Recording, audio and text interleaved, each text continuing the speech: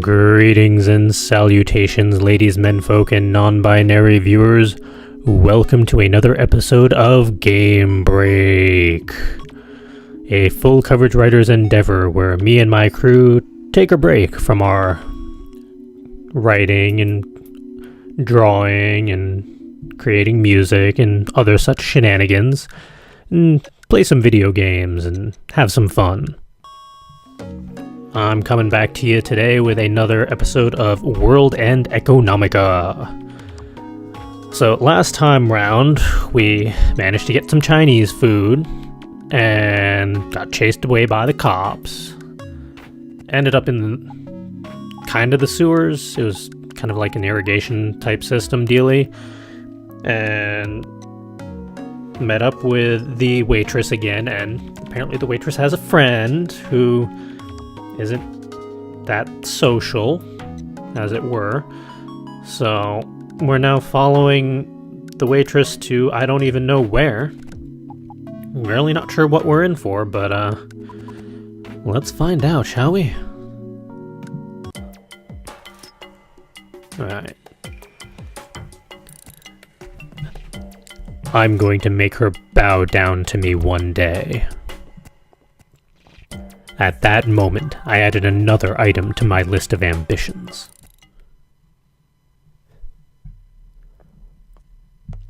It seems as though the place I tumbled into after running like mad wasn't a sewer. It was, more precisely, a reservoir. Makes sense. As Newton City was designed to gather everything, including people, water, and wealth, if there happened to be a problem with the city's water circulation facilities, there was a fear that the low-lying Newton City could flood. For that reason, there were apparently 2 additional layers of facilities for long-term water storage, so that water went from the outer sections to Green City, then from Green City to Newton City. While I didn't know the first thing about this, I did know that I was in a place with an incredibly fantastic atmosphere, and that was why other towns generally forbid entry into these reservoirs. It's because couples that get together tend to be drawn towards places like that. I nodded in agreement with this observation. Also, this area seemed to be quite a low-income neighborhood, even by the standards of the 6th outer section, and was full of homes on the verge of collapsing, even here on the gravity-weak moon. Even so, the many lights in the town made it easy to recognize that lots of people lived here. For a town in the outer sections, this one was relatively old. Apparently it used to be more lively in the past. As it was also night, there was almost nothing there related to liveliness. Actually, it looked like a scene out of some children's tale from long, long ago. This place wasn't a reality, but rather ruins from the real world overlapping with the glory of days past. That's how the place looked to me. But every once in a while, someone would go out to the eaves of their home, under the imitation stars projected on the dome, and amuse themselves by drinking alcohol or by playing a game of chess or Go. It may have been a poor area, but it seemed incredibly safe. They say that it was an old town, which must have meant that its residents had stopped developing the area. Newton City had developed at a rate that threatened to surpass even the most advanced nations on Earth, so some of the people that have been attracted to it worked so hard that you could refresh the list of humanity's richest people and see changes every day. To put it another way, the people who decided not to compete became comparatively poorer by the day. Getting poorer under capitalism meant that you're being forced that much further back in the big race. Not only that, I didn't want to become one of the masses. But if I failed, then I'd end up like those people. Hagana had finally stopped calling me smelly. I rearranged her position on my back, then asked myself a question sternly. Are we still not there yet? No matter how light they may be, people aren't the easiest things to carry on one's back. Especially when it's a girl you're carrying. You have to watch where you put your hands. Hearing my question, Lisa looked over her shoulder and nodded lightly. As I sighed, thinking that we still had more to go, Lisa's feet suddenly stopped. "We're here!" Hearing those words, I stopped my feet and raised my head. I wondered what kind of run-down hut we had arrived at, but to my surprise, I was facing an impressive gate. Actually, wasn't this a bit too impressive of a gate? 2 meters, 3 meters? Wait, more importantly, wasn't this... As I stood so dumbfounded that I forgot that Hagana was on my back, Lisa put a hand on the gate and slowly pushed it open. It didn't even seem to be locked. But considering what this place was, I could understand. Standing in front of me was a building that I had only ever heard of before. "Sheltering people is my hobby. Do you see why now?" She opened the double doors and walked in.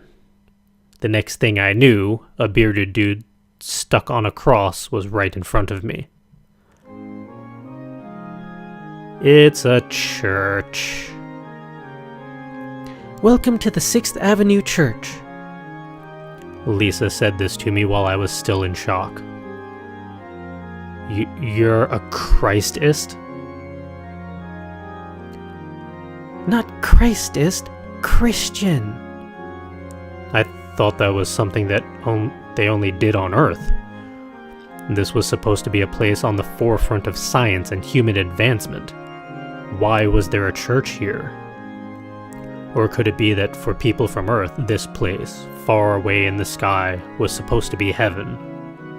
As I looked at Lisa as if she were some exotic animal, she gave a slightly embarrassed grin and shook her head. "Well, I suppose you could say that, but..." "Oh, that's her." "Well, I suppose you would say that, but don't worry, I'm not going to try to convert you or anything." Huh. After a long silence, all I could manage was a puff of laughter through my nose. "According to my faith, all I'm to do is let lost sheep rest for a short time. If it's the same thing for that girl on your back." I'd already forgotten that I was carrying Hagana. "Hey, we're here, so I'm going to let you down." "Hurry up and let me down." I felt a flash of anger, but since I was holding onto both her legs, I figured in the end it was a very natural thing to say. Though I was overwhelmed by the temptation to just let her go, I bent my knees slowly and let her down, 1 foot at a time. "She is cranky looking. Goodness. You can stand?" Hagana was silent, but she seemed to be amazed that she was standing. What a strange woman. So, what were we saying? Oh, so she's a runaway too. "Right. Same idea with Saralt. This place is a crossroads. And so, according to the teachings, I have a bucket for washing feet, and a cup of cold water ready to give." Feet? Water? I made a face as if to say, what is this woman even talking about? Lisa saw it, and instead of getting angry, she breathed a disappointing sigh. "Do you happen to be born and bred on the moon?" "Yes, but so what?" After I asked this back at her, Lisa shook her head, disappointed. Was she making fun of me? Was that what it was? As I glared at her, Lisa looked towards the statue of the dude stuck on a cross, placed her hands together, and bowed her head. "Oh Lord, you have brought upon me a great trial." Then, as she said this, she made a strange gesture with her right hand in front of her body. As I wondered what she was doing, Lisa faced me and began to speak. For now, why don't you take a bath? I'm not trying to be Hagana, but you are a little dirty. Being told this to my face was actually a bit embarrassing. Well, I'm sorry. As I said this, trying to hide my embarrassment, Hagana, who had been watching the situation quietly, picked up where Lisa left off. In fact, you smell horrible. After that, I began to be especially conscious about my own body. That day, I realized that I was at a far more emotional and innocent age than I had thought. Transition of darkness. It was the first proper bath I'd had since running away from home, and I was on the verge of tears. Both my parents were immigrants from Japan, so soaking in the tub was pretty much a daily tradition. It would be the only luxury my parents enjoyed, if I had to think of any. You could find water circulating all over the lunar surface, but you definitely couldn't say water was inexpensive because of that. I heard that the reason they made water flow visibly everywhere was because water had a calming effect on the human soul. Even if that weren't true, I heard that all but a few places on Earth were short of water, and that half of international disputes stemmed from water resource issues. Perhaps the visible presence of water was to put some of the immigrants' anxieties to rest, since they believed that fights over water resources were an everyday occurrence due to their coming from various regions on Earth. However, what I was currently soaking in was apparently water siphoned off before final processing, and thus it was quite cheap. At the bottom of the tub, I could see pieces of aquatic plants used for water purification, like I'd see in the waterways. It wasn't just water that was limited on the moon. Unlike Earth, the moon didn't have vast quantities of various resources. Most of them were created from chemical processing of native lunar materials, or, failing that, imported via the orbital elevator. That's why people said that the government organization in charge of managing the lunar surface had terribly precise control over the flow of various materials throughout the city. The most important of those was water, and thus the amount of oxygen and hydrogen. Any amount of oxygen could be obtained by using the plentiful amount of solar radiation to break down silicon dioxide, sand, in other words. Hydrogen, however, could only be obtained via hydrocarbons that only existed at the poles. Hydrogen is too light for the moon's gravity to retain it, and thus naturally occurring hydrogen was quite rare. Carbon could be obtained by using the limitless electrical power here to break down solid carbon dioxide shipped in from the orbital elevator. Oxygen could also be obtained from this process, thus killing two birds with one stone. Nitrogen and various minerals needed for the growth of plants and animals could only be obtained through chemical pellets transported in through the orbital elevator. This basic knowledge was supposedly taught to all kids in elementary school during science class. Unfortunately, I hadn't really applied myself in school and thus had to learn it much later. What got me to learn about this was when I had first started seriously trading stocks and wanted to figure out who had the best slice of the pie when it came to the various systems on the moon. I had naively thought that investing in that would guarantee smooth sailing, and that would be that. I had learned a lot while operating under that notion, and thus it wasn't all the rose-tinted stuff they'd teach you at school. I remember sighing in awe at the systems revolving around rights tied to important resources in lunar cities. The public parts were, of course, controlled by the government, but the most powerful of the civilian side had to be Emerald Industries, which held the civilian rights to the orbital elevator. By the way, if you were wondering about why the company was named after emeralds, it was because a long time ago people said that the moon's core was made of emerald. Really? It was originally a maintenance company, But since this was such a complicated piece of machinery, there weren't many qualified guys who could work on it. This was a textbook example of what would happen if they were also quite crafty. The majority of the infrastructure on the moon was under the umbrella of Emerald Industries and its related subsidiary companies. During the time it took for me to come out of the bathroom, dry myself off, and put on the obviously old t-shirt and pants, I must have interacted with products from 100 to 200 of Emerald Industries' various subsidiaries. This was a totally artificial city. So artificial it would put Las Vegas and Dubai to shame, even though those were lauded as cities with fountains in the desert. I hadn't seen either city with my own eyes, but I had seen footage of them. People on Earth sure were idiots, I thought candidly to myself. All freshened up? When I came out of the changing room, Lisa was lying back on the sofa. There was a cup of water she poured for me on the table. The changing room connected straight into the living room. In it was an old and worn sofa set that she must have picked up from a dump somewhere, along with a coffee table and a carpet whose corners must have been mended countless times. There was no TV, but there was a computer. Also on the coffee table was a multi-function terminal that Lisa had been using just now. What had surprised me was the thick book next to it. It was a rare event to see real books on the moon, where space and resources were limited.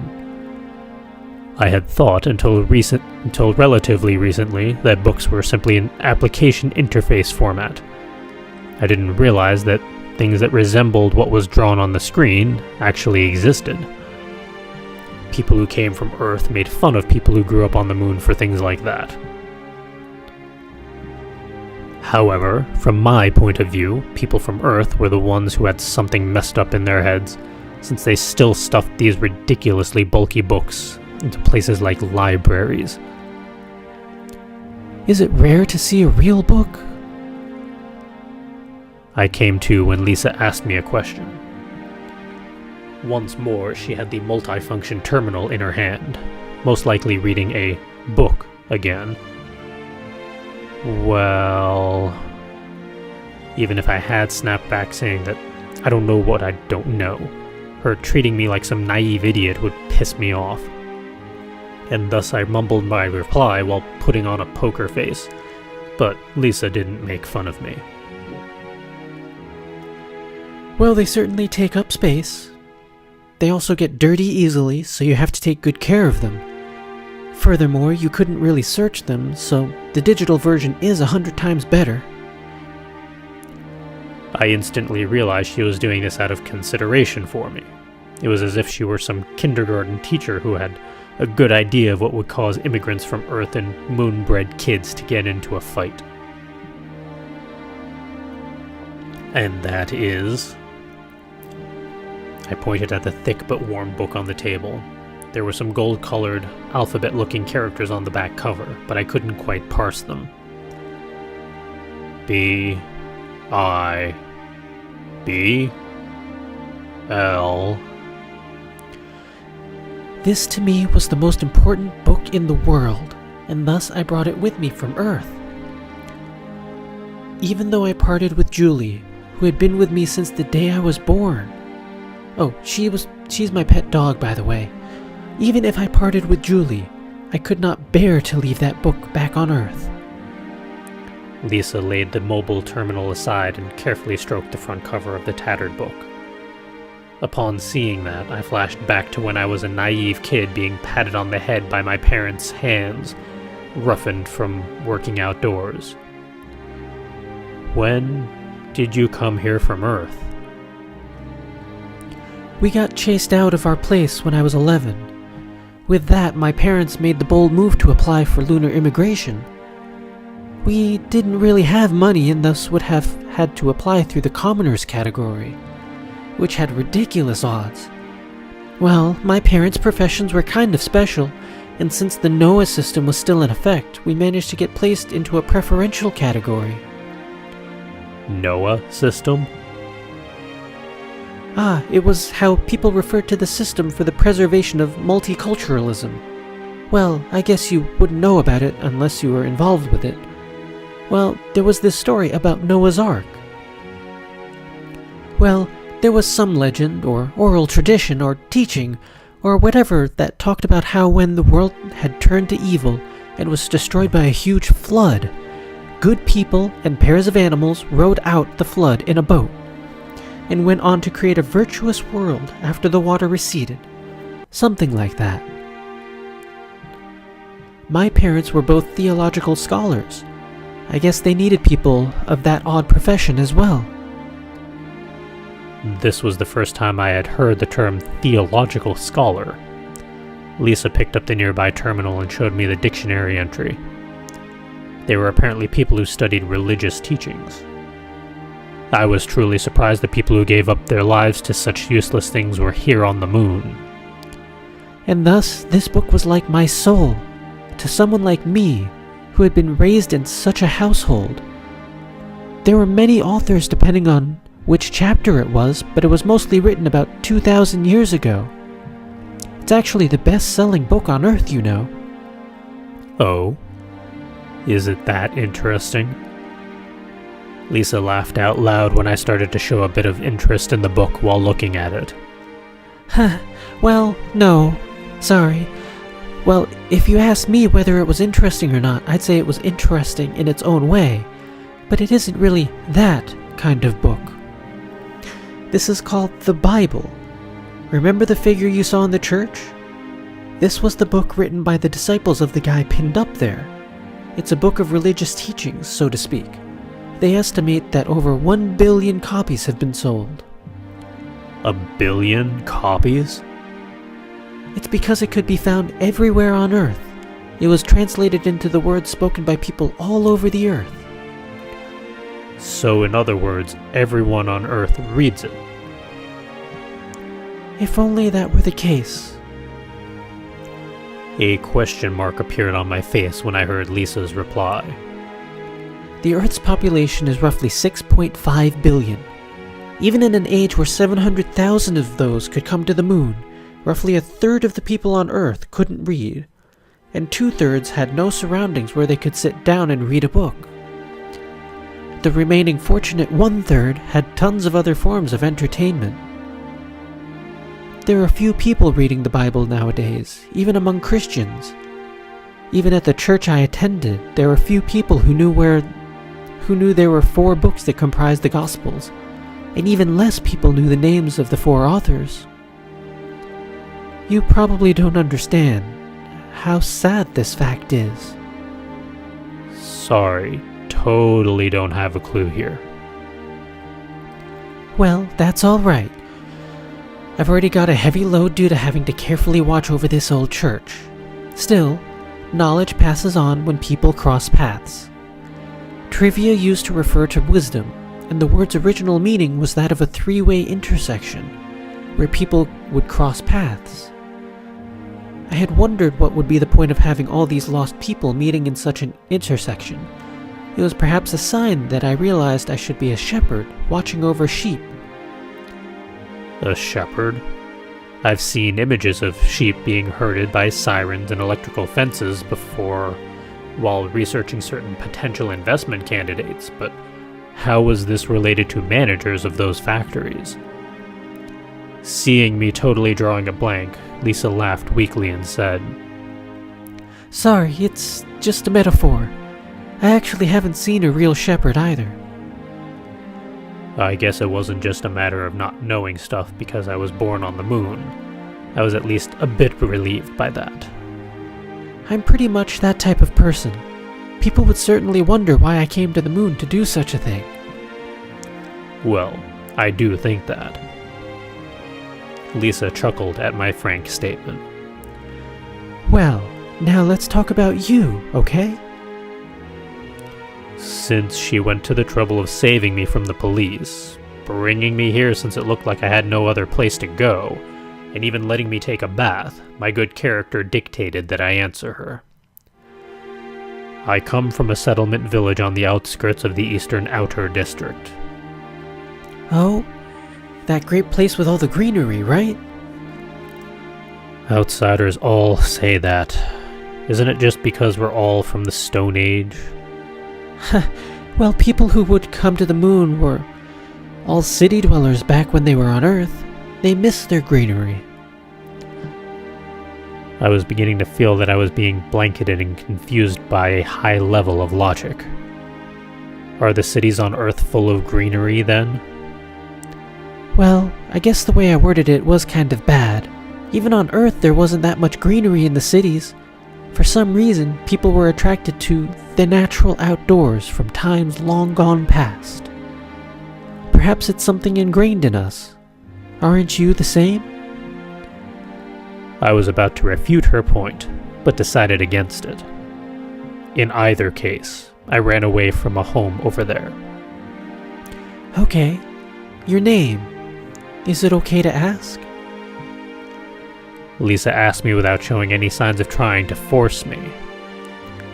Like I'd be able to get away with not answering that if I said no?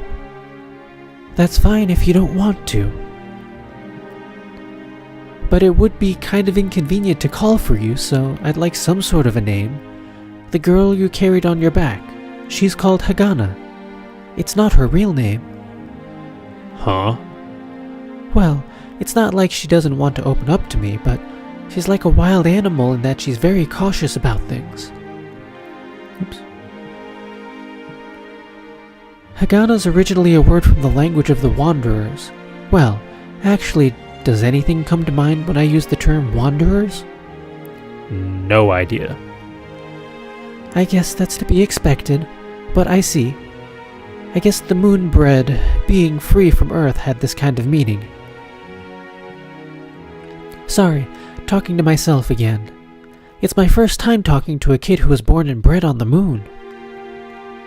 People born and bred on the moon, there's still probably not even 10,000 or so.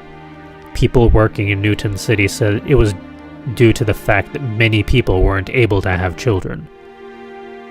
Most of the people who came from Earth were 10 years old at the youngest when they rode the orbital elevator. There was a huge difference in gravity between the moon and the Earth, and thus there were issues with their bodies. Of course, to them, Earth was their birthplace, and the common sense they possessed came from there as well. Well, this really is like trivia, the whole paths crossing and exchanging wisdom thing. Lisa smiled with satisfaction while uttering those words. If that girl clad in black, Hagana, could be considered strange, then Lisa must also be strange for helping and harboring me. Anyhow, even in this day and age and living on the moon, she's all into religion and cherishes her real books. To put it bluntly, I wondered if she was a social outcast. However, I had a favorable impression of Lisa, even though she didn't seem to take part in the competitions that raged on in this competitive city. It was true she wasn't pushing ahead, but it didn't feel like she was falling back either. Even in this low-gravity environment, Lisa appeared to have her feet planted firmly on the ground. She looked to me as if she enjoyed just living her life. I was a bit moved seeing that people like this actually existed. I had thought that there were 3 types of people on the moon. The rough and crude from my village who were refined only in speech, the decadent people from the outer sections who couldn't be helped, and the residents of Newton City, who took advantage of the low gravity to jump up to lofty heights. These were my thoughts as I looked at Lisa, who was smiling happily to herself. It feels like she could at least be trusted. Yoshiharu. Huh? Kawara Yoshiharu. Oh, your name.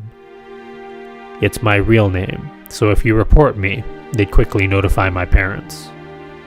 After my blunt answer, Lisa looked at me for a moment, then a smile spread over her face. I see. I got it. Well then, how about just Hal? Even if I called you by just your first name, wouldn't it really narrow down who you are? It would be obvious you were the kid of Japanese immigrants. If it were just Hal, then that wouldn't be an issue. Of course, there wasn't really any reward for turning someone in, but the fact that someone didn't do it from the get-go was also a bit creepy. This was a good thing for me, but suspicion had become a daily thing with my 3 months of wandering around. Lisa noticed the look of suspicion on my face and said, Well, if this were Earth, I could just say, the Lord's will be done, and smile, and everyone would accept it. Totally have no clue what you're talking about. Well, that's true.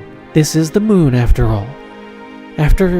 Although sometimes I start getting the urge to put one of those on. That was what she said, and I wondered what she had meant, though from her expression, she'd probably just dodged the question if I asked her. However, it pains me that it's Hagana who'd fit better in them. Looks like my hair color's too light. Lisa talked to herself while brushing her hair with her fingers.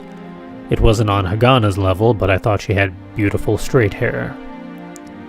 Back in the village, everyone placed blonde women on a pedestal, but I kind of liked girls with deeper colored hair. To put it bluntly, like someone who's in front of me right now. Okay. Speaking of which, I wonder what that girl's doing now. It's almost time to sleep. But perhaps she wasn't planning on taking a bath? And right after she said that, supposedly there were only Lisa and Hagana here, so logically it must have been Hagana. So there was no reason to be surprised, but I did get a shock when I spotted Hagana coming in from the dark hallway. Okay. Hey, Hagana! Lisa got up hurriedly from the sofa. The Hagana in question squinted her eyes, wearing a surprised, puzzled expression. In her hands were ridiculously neatly folded pajamas and what looked like a change of underwear. But what got us all in the fluster was her appearance. She was wearing short shorts that revealed her slender long legs all the way up to her hips, and a sleeveless shirt through which you could almost see her chest. Haven't I told you many times never to wander around in something like that? Isn't it fine just since it's not showing? She replied, surprised at how angry Lisa was, and went quickly into the changing room. It looked like Lisa couldn't figure out what to say and simply growled in front of the changing room door. As for me, to my great distress, I averted my eyes and thought, her panties are white? That was oddly childlike compared to the color of her clothing and her ridiculous cheekiness. Well, it wasn't bad, but seeing that kind of underwear beneath her totally black stockings would kind of be a letdown, I thought to myself. I then noticed Lisa glaring at me. Erase that from your memory. I couldn't just brush it off by laughing at her ridiculously serious face because of her scary glare. I nodded twice, obediently. Sheesh, because she's so hard-headed. Lisa sighed and shook her head. Even though it looked like she had all the power here, she had no way of controlling Hagana's thoughts. It really did seem like Lisa's hobby was to shelter runaways. That was fine, but I felt inclined to show her respect for her words. It was a strange thing. You try to show at least a little shame too, okay? It was the first time I'd ever heard that in my life, but I nodded. I possessed manners that would lead people to think I seriously wanted to distance myself from the crude culture of my home village, where people who couldn't get naked in front of people of the same gender were considered cowardly. However, Lisa waited for my nod and added an intentional line. I'm looking forward to your manners the next time we eat. Ah. What a cheap move, I mentally yelled at Lisa. I guess, in the end, this lady was the type to take you by surprise if you let your guard down. Lisa was laughing merrily as she returned to the sofa and started playing with her multifunction terminal. I had already taken a bath, but I wasn't quite sleepy yet, so I sat on the floor at once and opened my PC. A bit afterwards, there was a quarrel between Hagana and Lisa. Hagana figured that since we were facing the other way and engrossed in what we were doing, she could just walk back to her room with only a towel on her shoulder, whereas Lisa tried to push her back into the changing room. Lisa was frantic, saying that this had been a place with better manners before, but I thought perhaps it was a warmer place before because it was just two females living together. I felt that I had come across a great place. Even though we had separate rooms, they were well cleaned. If helping people out like this was a hobby, then this unhealthy interest in this church thing and this crucified man was probably also not that bad.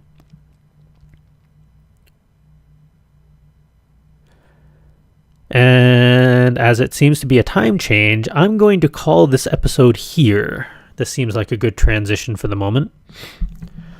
So, our waitress is a shepherdess. Okay. And apparently we are now going to be staying at a church. Okay. With a woman who doesn't seem to have the concept of public decency. So, thankfully, nothing too awkward on the screen. So, it's going to be interesting. I'm curious to see just how this is going to play out now. Like, are we going to help with the church? Are we going to find a job somewhere else? How are all these characters going to play with each other? Join me next week to find out. But until then, get back to being creative already.